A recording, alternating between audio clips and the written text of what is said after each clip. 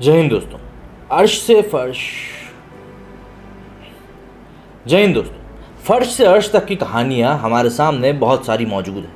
हमारे बड़े बूढ़े अक्सर हमको ऐसी कहानियाँ सुनाते रहते हैं कि वो उस फला इंसान ने इतनी मेहनत करी और अपने मेहनत के दम पर वो वहाँ तक पहुँच गया जो कोई सोच भी नहीं सकता था। अनइमेजिनेबल चीज़ें उसने अचीव करी। इस तरह की कई सारी कहानियाँ हमारे घर के बड़े, हमारे घर के वृद्ध हमको अक्सर सुनाते रहते हैं, हमको मोटिवेट करने के लिए।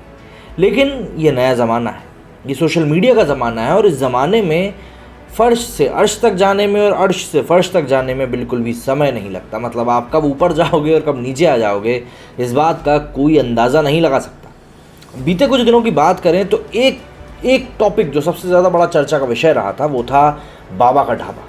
बाबा का ढाबा के एक बाबा थे जिनका की वीडियो बनाया था गौरव ने उस वीडियो को बनाकर पोस्ट किया एक अच्छी थिंकिंग के साथ कि भाई चलिए कुछ लोग आएंगे आगे जो इनकी मदद कर पाएंगे। बाबा की स्थिति बहुत दयनीय थी, वहाँ पर लोग भी कम आते थे, खर्चा चलाने में दिक्कत होती थी। गौरव ने बताया कि खाना भैया वहाँ का बड़ा स्वाद है। बाबा ने वीडियो में रो दिया और बस उसके बाद सारे समीकरण बदल गए। लोग डोनेशन तो कर ही रहे थे, उसको बात को तो आप छोड़ ही दीजिए क्योंकि डोनेशन तो हो ही रहा था, उसको हम नहीं छेड़ते। दरअसल इतने सारे लोग उनकी मदद करने के लिए वहाँ पर पहुँच गए। अब देखिए मदद क्या है ना, चढ़ते हुए सूरज को सब सलाम करते हैं, ये सीधी सी बात है, इसमें कोई दो राय नहीं है। तो ऐसे में जब बाबा फेमस हुए तो उनके शुभचिंतक भी एकदम से बढ़ गए। ऐसा लग रहा था कि अब तक बाबा को किसी ने देखा ही नहीं था। दिल्ली में रहने वाले कई सारे इन्फ्लुएंसर्स उनके आसपास पहुंच गए, अपना मदद का हाथ बढ़ाने लगे। कुछ तो वहाँ दिनों दिनों तक बैठे रहने लगे। इन्हीं में से एक थे तुशांत ऐसे कुछ नाम था उनका, वो उनके मैनेजर बन गए। भाई सीधी सी बात है, डोनेशन भी थोड़ा बहुत नहीं आया था, काफ़ी सारा आया था। लोगों ने मिलकर गौरव के ऊपर केस भी कर दिया, मतलब पूछताछ भी हुई, काफ़ी सारी चीज़ें हुई। सोशल मीडिया पर एक पैरेलल ट्रायल भी चला, आरोप प्रत्यारोप का दौर भी चला, काफ़ी लंबे समय तक ये सब चीज़ें चली। फिर एक खबर निकल कर सामने आई कि भैया बाबा के पास काफ़ी ज़्यादा डोनेशन का पैसा आ गया है और अब बाबा ने एक नया रेस्टोरेंट खोल लिया है। भाई सीधी सी बात थी, कोई भी व्यक्ति आगे बढ़ना चाहता है और जब पैसा आ जाता है तो फिर इंसान सोचता है कि हम अब एक आगे की छलांग लगाएं। वही बाबा ने भी किया।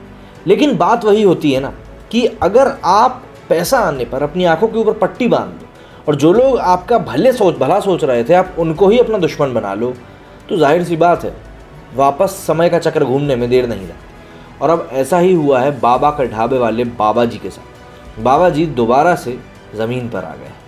कई सारे लोगों ने उनकी वीडियो को शेयर किया था, कई लोगों ने ये बोला था, लोगों से अपील करी थी कि भाई इनके लिए मदद के हाथ बढ़ाएं। कई सारी बातें हुई थी, लेकिन बात वही आ जाती है कि यार जब इंसान की नीयत में कहीं ना कहीं खोट हो तो फिर वो सही चल नहीं पाता। और वैसे भी भाई आप जिन लोगों के साथ उठते बैठते हैं वो लोग ऐसे होने चाहिए जो आपको सही राय दे सकें। अगर वो आपकी हाँ में हाँ मिला रहे हैं, चमचागिरी कर रहे हैं या फिर आपको ऐसी चीज़ें सजेस्ट कर रहे हैं जिससे कि उनका पर्सनल फ़ायदा होगा, तो जाहिर सी बात है आप कहीं ना कहीं आगे चलकर डूब ही जाओगे।